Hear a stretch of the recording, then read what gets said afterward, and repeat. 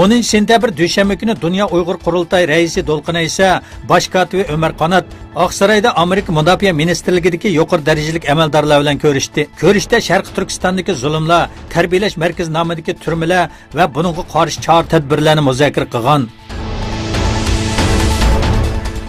Germaniyaning eng chong davlat televiziya kanalida Sharqi Turkistonning masalasi tushuntirildi. Programmada Sharqi Turkistonda qo'lga keltirilgan maxfiy ko'rinishlardagi u yerda yurgizilayotgan zulmlar va besimlar yana bir qatim isbotlandi.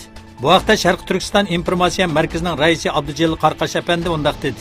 Germaniyaning Xitoy bilan tijoriy va munosabati yaxshi turug'liq, Uyg'urlarning bunda qo'g'dishi va mazlum tarafda turishi Sharqi Turkiston xalqini to'liq suyundirdi. Davlat kanalida bundaq programmalarning qilinishi Xitoyga qarshi bosgan tunji qadamdir dedi. U yana butun dunyoning Sharqi Turkiston masalasini texnik ko'p tadqiq qilishini va Xitoyning abdi bashirisini ichib tashlashga chaqirdiganligini dedi.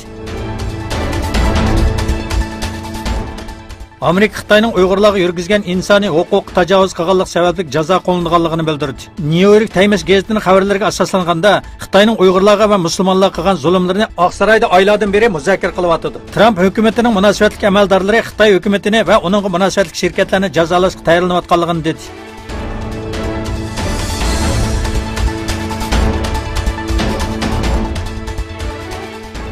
Nopsi bu yil 1 milliard 400 milliondan oshgan Xitoy hukumati planliq tug'utni yurgizib 40 yildan keyin bu siyosatni tamoman amaldan qoldirishga tutish qildi.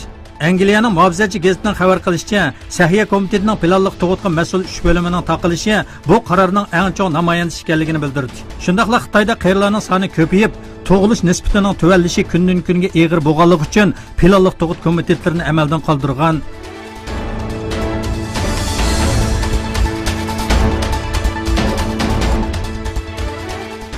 Qozog'iston xalqarалық iqtisodiy ministri Temur Sulaymanov bu yil 8 oy ichida davlat iqtisodi 3.8% o'sganligini oshkorladi. Sulaymanov ministrlar yig'inida qilgan so'zida bu yil 1 oydan 8 oygacha davlat iqtisodida zo'r ilgirlash bo'ldi dedi.